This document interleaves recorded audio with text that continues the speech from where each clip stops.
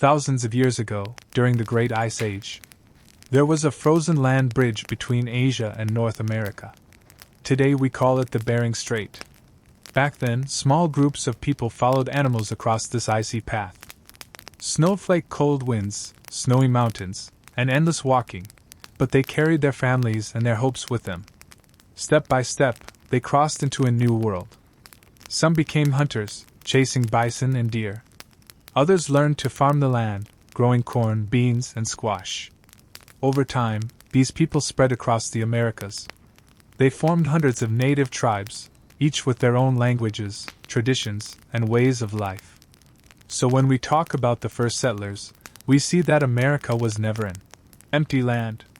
It was already home to people who built their roots, their cultures, and their civilizations. As people spread across the Americas, they didn't all live the same way. The land was huge, with icy mountains, wide plains, deserts, and coastlines, and each place shaped a different way of life. In the frozen north, tribes built small tents and survived by hunting and fishing. Out on the plains, people hunted great bison herds and raced across the land on horses. Horse. In the southwest, tribes built clay houses called pueblos and created irrigation canals to grow corn and beans. Era of corn. Along the Pacific coast, tribes became expert fishermen and carved tall wooden totem poles that told their stories. Fish. Each tribe had its own language, festivals, and beliefs. Some prayed to the sun and moon, while others honored the eagle or the bear as protectors. Eagle-bear face. So, before Europeans ever arrived, America was not one single society. It was a gathering of hundreds of colorful, unique communities. After settling across the Americas, native peoples found different ways to live. Some tribes kept moving from place to place. They were hunters and gatherers, searching the forests for fruits and roots, and hunting deer, rabbits, or great bison. Deer-rabbit. But over time, many tribes learned how to farm the land. They grew 3 special crops that became the heart of their diet. Era of corn, beans, and jack-o'-lantern squash. These were called the 3 sisters. Corn grew tall and strong, beans wrapped around its stalks, and squash spread across the ground, keeping the soil cool and moist. Together, they gave families healthy, balanced food all year round.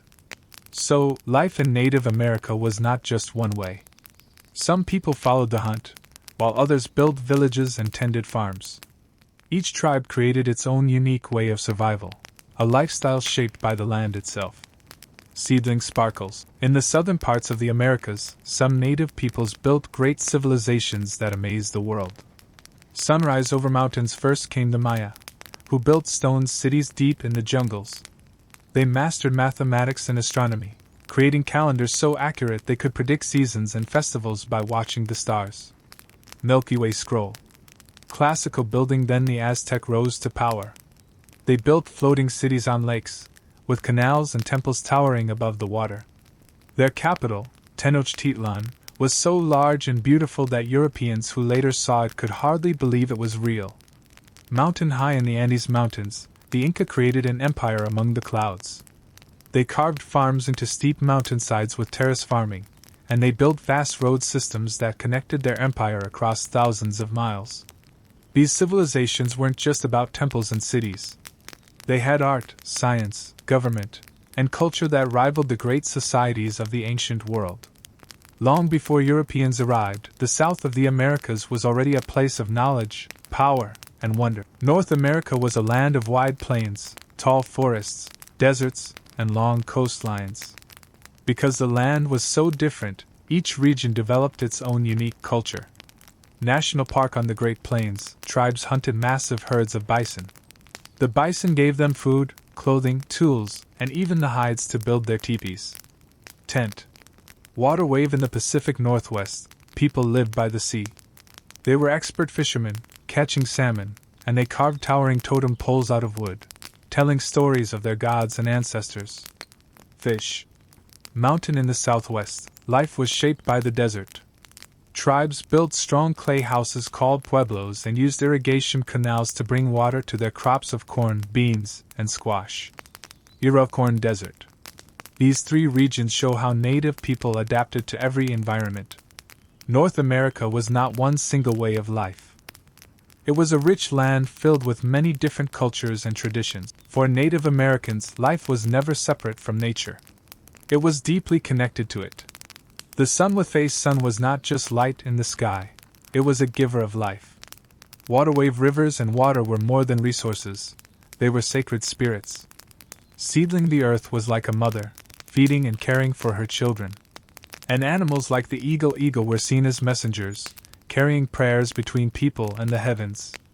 They believed that humans were not owners of the land, but caretakers and protectors of it. Before a hunt, they gave thanks to the spirit of the animal. Before planting, they prayed to the earth for blessings. Their songs, dances, and ceremonies were not just for celebration. They were powerful acts of prayer and connection. In this way, their spiritual life reminds us of a timeless truth. To live in balance, we must honor the world of nature around us. The true identity of native peoples could be seen in their arts and traditions. Their clothing was decorated with beads, but these were more than decoration. Each pattern told a story, carried a meaning, or marked an important event. The feathered headdress was a powerful symbol of honor and bravery. Every single feather represented an achievement, a memory of courage. Crown. Their clay pottery wasn't only for cooking or storage. The designs painted on the surface reflected their land, their culture, and their spiritual beliefs. And their dances were never just entertainment. With every beat of the drum, with every step, they were connecting with the earth, the sky, and the spirits. Drum sparkles. For Native Americans, art was not separate from life. It was a living expression of who they were. A way to carry their stories, spirit, and identity into every part of daily life. Native societies were never isolated. Across the Americas, they built vast trade networks that stretched for hundreds of miles. From one region came salt, from another came shells and beads. The deserts gave brilliant blue-green turquoise, while the colder lands provided warm animal furs. Traders carried these goods on foot along trails, and sometimes by canoe along winding rivers. Man walking canoe. But trade was more than just goods. It carried stories, traditions, and friendships from one tribe to another. A shell necklace from the coast might end up in a village far inland, bringing with it not just beauty, but a piece of another culture's spirit. Through these exchanges, native peoples stayed connected. Trade turned distant tribes into neighbors, weaving the Americas into one great network of cultures and communities. Every native community had its own way of making decisions. In some places, a chief guided the people. In others, the whole village council gathered to decide together. One of the most famous examples was the Iroquois Confederacy. It was an alliance of 5, later 6, powerful tribes. Instead of fighting each other, they chose to unite. They built a council where every tribe had a voice. Decisions were not rushed. Each leader listened carefully. And nothing was agreed upon until everyone's voice was heard. This way, no tribe felt left out, and peace was kept.